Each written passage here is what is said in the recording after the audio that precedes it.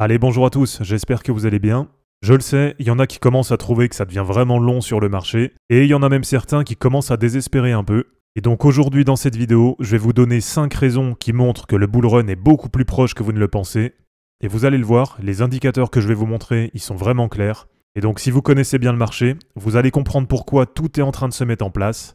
Et pour moi, si vous avez tenu jusque-là, vous avez vraiment fait le plus dur. Et normalement, comme on l'attendait, il semblerait qu'on soit vraiment sur les toutes dernières semaines avant de voir le marché partir complètement à la hausse.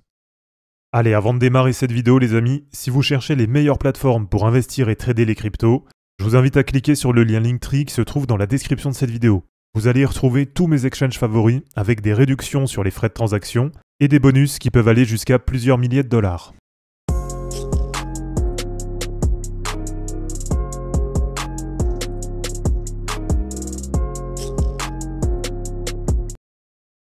Alors pour commencer les amis, le premier indicateur que je vais vous montrer, déjà ça concerne simplement la temporalité, la cyclicité qu'on a sur Bitcoin. Parce que vous le savez, Bitcoin c'est vraiment un actif qui est très cyclique, avec le halving qui arrive tous les 4 ans, un bull run qui arrive à peu près tous les 4 ans, et un bottom qui arrive aussi à peu près tous les 4 ans. Donc de ce côté-là, quels que soient les cycles, ça a toujours bien fonctionné, et ça a toujours été à peu près respecté. Et donc si on prend par exemple l'indicateur du cycle repeat, eh bien regardez, on en est ici, on est au niveau des pointillés.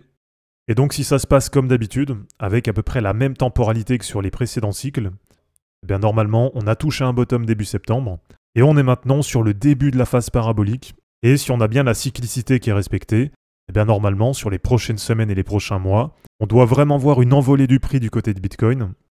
Même si en termes d'échelle de prix, là je pense pas que ce sera respecté. Mais en tout cas, si on prend sur l'échelle de temps, donc l'échelle horizontale, Bitcoin, c'est un actif qui est extrêmement cyclique, et pour l'instant, ça se passe bien comme on l'attend, et donc pour les prochaines semaines, on a toutes les raisons de penser que ça devrait continuer ainsi. Allez, pour continuer les amis, la deuxième raison d'être bull là sur le marché, c'est tout simplement le break du canal descendant. Donc vous le savez, depuis l'ATH du mois de mars, on était rentré sur Bitcoin dans une période de latéralisation, avec un prix qui était vraiment bloqué dans ce canal descendant. Et donc du côté des prévisions, ce que je vous avais donné, c'était qu'on avait 80% de chances de casser à la hausse. Et en termes de temporalité, je vous avais donné le mois d'octobre comme le mois de la cassure. Donc pour l'instant, tout ça c'est aussi bien respecté. Et donc même si pour le moment, on n'est pas encore non plus très haut, mais en tout cas, depuis le mois de mars, c'est quand même la première fois qu'on vient clôturer en hebdo bien au-dessus du canal.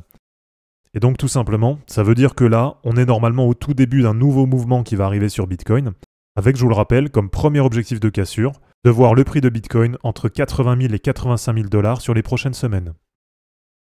Alors pour continuer les amis, troisième raison d'être bull là sur le marché, c'est du côté des ETF sur Bitcoin, puisque là ça se passe vraiment super bien, il y a un énorme inflow sur les ETF.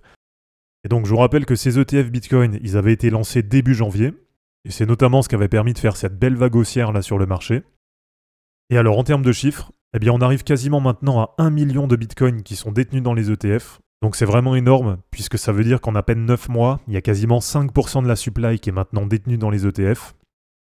Et par exemple, hier, on a Charlie qui a partagé ça sur Twitter, en mentionnant que l'ETF Bitcoin de BlackRock, donc c'est l'ETF IBIT, est devenu cette année le troisième plus grand ETF en termes de flux. Donc pour un ETF qui a été lancé juste cette année, c'est carrément incroyable. Et du coup, le IBIT de BlackRock, c'est l'ETF à la croissance la plus rapide de l'histoire. Donc ne serait-ce que pour ça, pour moi, il n'y a vraiment que des raisons d'être super bull sur Bitcoin et plus largement d'être bull sur l'ensemble du marché. Et je pense d'ailleurs que d'ici quelques jours, quand ça va passer les 1 million de Bitcoin dans les ETF, je pense que ça va faire pas mal de bruit.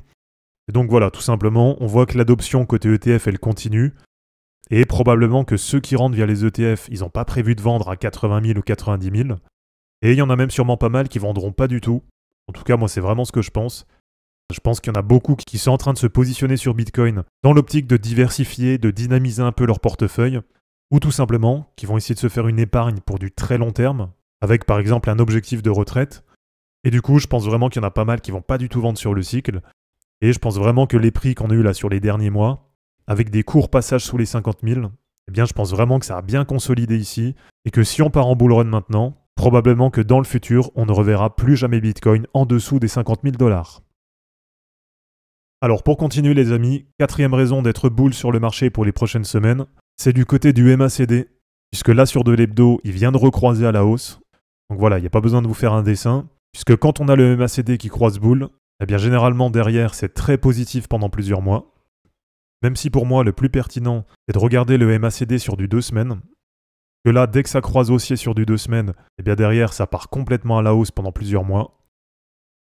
Et pour terminer, le 5e indicateur qui pour moi est très positif et très prometteur pour les prochaines semaines, pour moi c'est le H-Ribon, puisque je vous rappelle qu'il y a quelques semaines on a eu un signal d'achat sur le H-Ribon. Et je vous rappelle qu'historiquement, à chaque fois qu'on a un signal d'achat sur le H-Ribon, eh bien derrière ça permet très largement de partir à la hausse. Et donc normalement, on a toutes les raisons de penser que d'ici les prochains mois, on ira beaucoup plus haut qu'actuellement sur Bitcoin, et qu'on aura, je l'espère, le début de la phase parabolique, et que sur 2025, on aura bien Bitcoin qui ira chercher mon objectif à 175 000 $. Donc voilà les amis, c'est terminé pour cette vidéo, j'espère en tout cas que ça vous aura plu. N'hésitez pas à l'aimer, à la commenter, et à vous abonner pour en suivre d'autres. Je vous rappelle que dans la description de cette vidéo, vous allez retrouver tous les liens utiles et les liens pour me soutenir. On se dit à bientôt pour une prochaine vidéo, et d'ici là, ne capitulez pas, car les fortunes se créeront en portant vos burnes. Ciao.